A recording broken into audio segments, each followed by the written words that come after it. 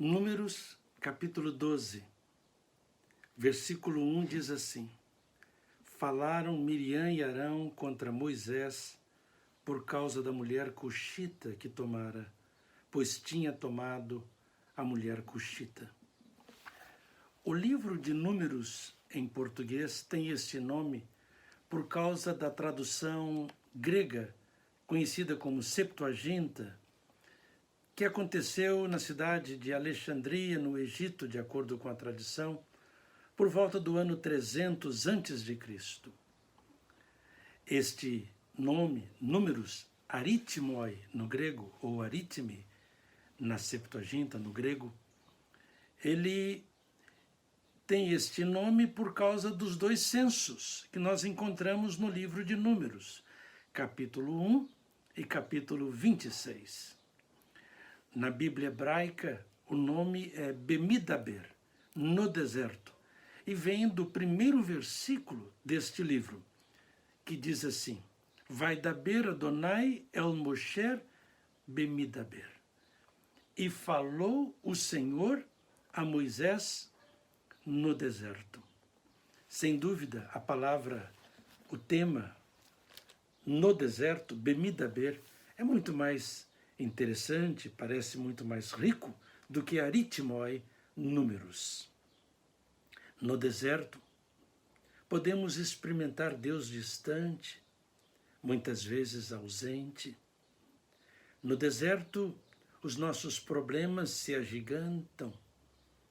No deserto, podemos não encontrar amigos e o nosso próximo pode ser visto por nós como nosso inimigo. O povo de Deus estava no deserto, mas não pertencia ao deserto. O povo de Deus estava no Egito, mas não pertencia ao Egito. Estamos no mundo, estamos em uma peregrinação também no deserto, mas o nosso destino é o céu. É a casa de nosso Pai Celestial. Nossa cidadania é do reino de Deus, do reino do nosso Senhor Jesus Cristo. Não podemos esquecer o nosso destino.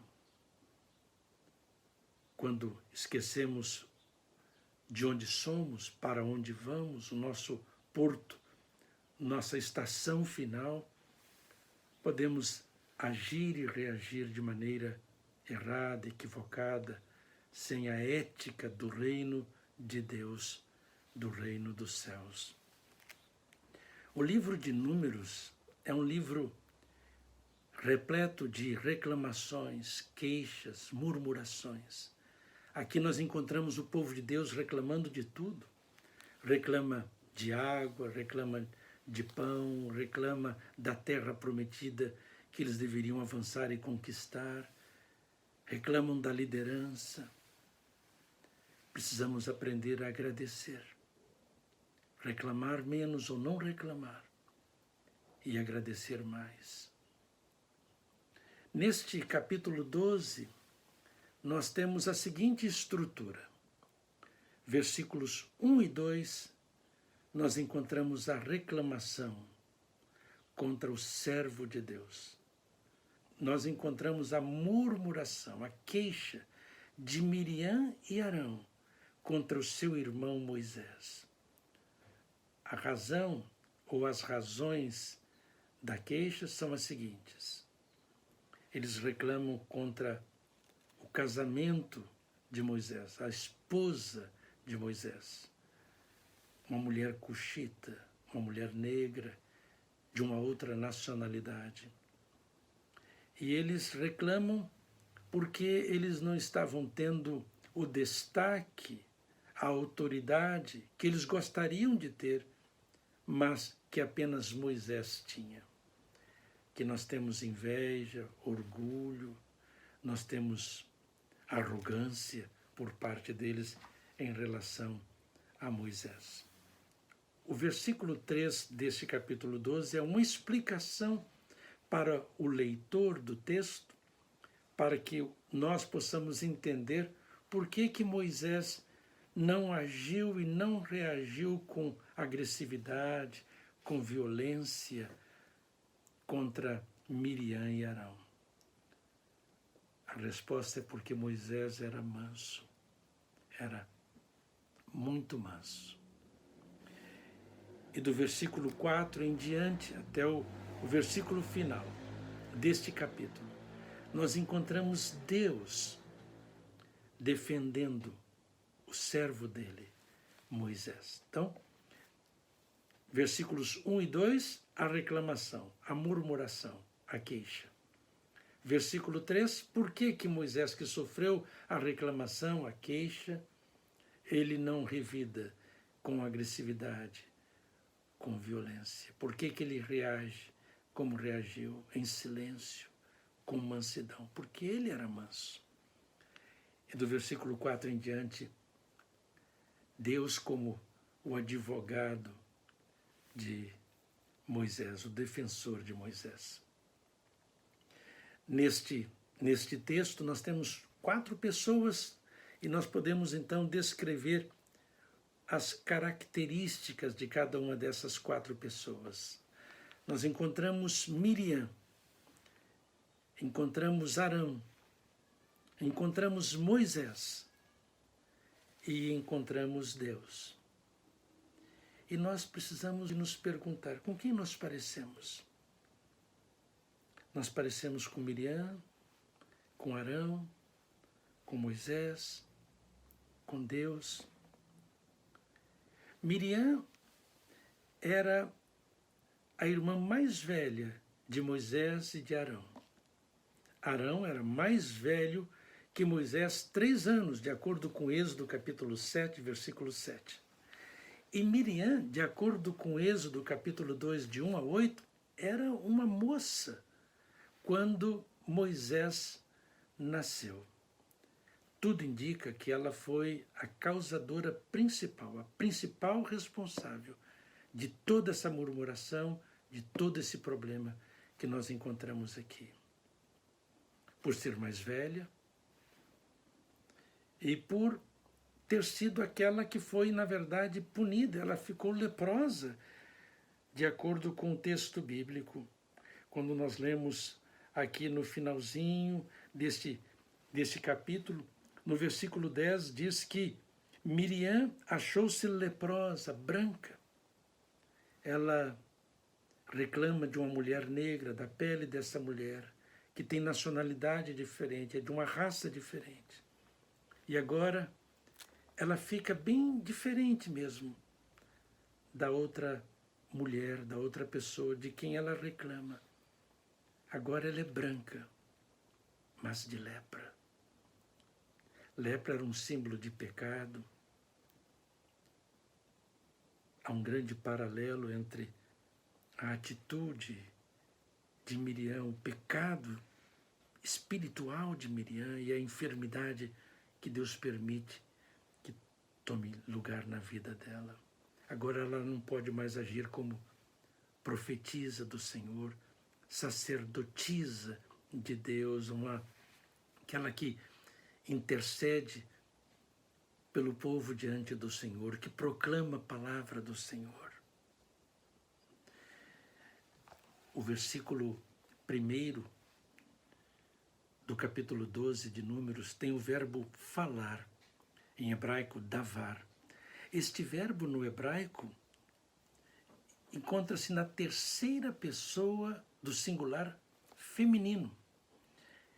Então é Miriam quem fala. O texto bíblico diz assim: Vat daber Miriam, e falou Miriam. Aí depois vem e Arão. Mas o sujeito do verbo não é plural. O sujeito do verbo não é terceira pessoa do singular masculino. O sujeito do verbo no hebraico é Miriam. O verbo está no piel. E o piel em hebraico expressa a ideia de intensidade, de energia, de força. Assim sendo, Miriam não apenas falou contra o seu irmão Moisés. Vatidaber Miriam. Miriam falou com energia, com veemência, com agressividade. Que pena, que desastre. Veja bem, é ela que toma a iniciativa, é ela que fala mal. E Arão? Arão é aquele líder que ao invés de liderar, é liderado. Ao invés de influenciar, é influenciado. É aquele crente que toma a forma do mundo ao invés de transformar o mundo. Ao invés de brilhar a luz de Cristo, não, ele é dominado pelas trevas. Foi assim que aconteceu com ele, ao pé do Monte Sinai. O povo desesperado, o povo queria um ídolo, queria um bezerro, e ele vai e é dominado, influenciado negativamente pelo povo. Com quem você parece? Com Miriam? Com Arão? Você tem sido luz? Você tem procurado transformar o ambiente onde você vive, onde você estuda, onde você mora?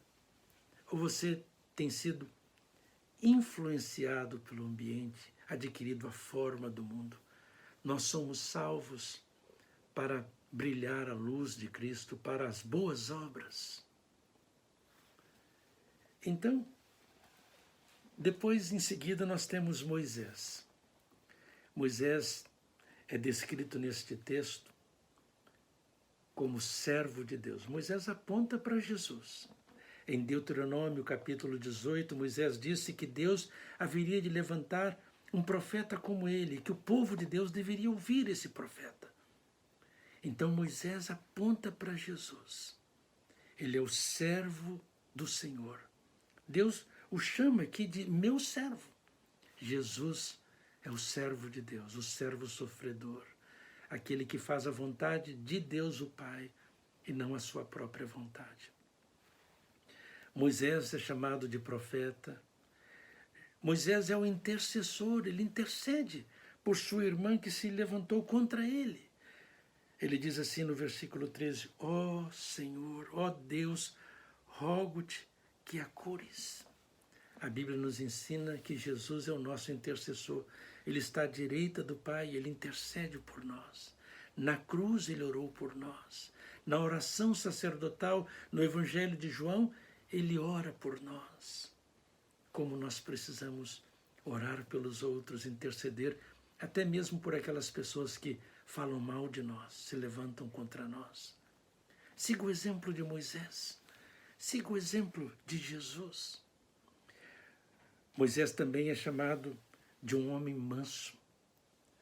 Diz-nos o texto bíblico, versículo 3, que Moisés era um homem muito manso. A palavra que nós encontramos aqui para manso é a palavra anav. Esta palavra é muito importante, porque é a mesma palavra no Novo Testamento hebraico, em Mateus 11, quando Jesus diz que aprendei de mim que sou manso, é a mesma palavra que ocorre lá no texto hebraico, e é a mesma palavra que aparece também em Mateus capítulo 21, versículo 5, quando diz que o rei, o Messias, o rei que o Senhor mandou à terra para salvar o povo, o mundo inteiro, ele entra em Jerusalém sentado num jumento, num jumentinho, e ele é manso. Então a palavra é anav. No Salmo 37, essa palavra aparece no plural, anavim. Os mansos herdarão a terra. Está lá no Salmo 37. Interessante que Jesus, em Mateus capítulo 5, fala que felizes são os mansos, porque eles herdarão a terra. Possivelmente Jesus estivesse pensando nesse Salmo 37 e pensando talvez também em Moisés. A palavra traduzida para o grego é a palavra praus, manso. Diz que Moisés era manso. Então, a palavra anav em hebraico, a palavra praus em grego, na Septuaginta, é a mesma palavra no texto grego do Novo Testamento. Quando Jesus fala que ele é um mestre manso, em Mateus 11, e quando Mateus diz que o rei de Israel que está entrando em Jerusalém, ele é manso. É a mesma palavra grega usada pela Septuaginta para descrever Moisés aqui em Números capítulo 12, versículo 13. A palavra praus, manso, no singular. E praeis, no plural, que aparece no texto da Septuaginta, Salmo 37, na Bíblia hebraica, mas Salmo 36 na Septuaginta, porque a numeração não é a mesma. O conteúdo do livro dos Salmos é o mesmo, mas a numeração varia. E é a mesma palavra no grego de Mateus, capítulo 5, versículo 5. Felizes os mansos. Então, Moisés era manso, Jesus é manso. Moisés aponta para Jesus. Moisés era o servo do Senhor. Jesus é o servo do Senhor. Moisés é o intercessor, foi o intercessor. Jesus foi e é o nosso intercessor. E Deus? Deus aparece nesse texto como aquele que ouve o que falamos, o que as pessoas falam de errado, de injusto. E Deus aparece aqui como aquele que não gosta de injustiça. Como servo de Deus, como serva do Senhor, você e eu não temos autorização, permissão de Deus para fazer a injustiça, para praticar a injustiça. Então Deus é contra a injustiça. Então nós encontramos aqui Deus como aquele que ouve, aquele que ama a justiça, que é contra a injustiça, aquele que repreende, aquele que desce para nos ajudar a resolver os problemas. Versículo 5 diz, o Senhor desceu. Versículo 2, o Senhor ouviu. Versículo 4, o Senhor disse. Ah, meu querido amigo, minha querida amiga, como seria bom se nós pudéssemos aprender com Jesus, aprender com Moisés, aprender com Deus como agir, como não agir, o que fazer. Eu gostaria de encorajar você a entregar sua vida a Deus, seus problemas a Deus, seus inimigos nas mãos de Deus. Seguir o exemplo que nós encontramos aqui de Moisés e entendermos e compreendermos que ele aponta para alguém maior do que ele, para o Filho de Deus, para Jesus. Entrega a sua vida a Ele, confia nele, porque assim você será feliz e fará outros também felizes no tempo e na eternidade. Um forte abraço.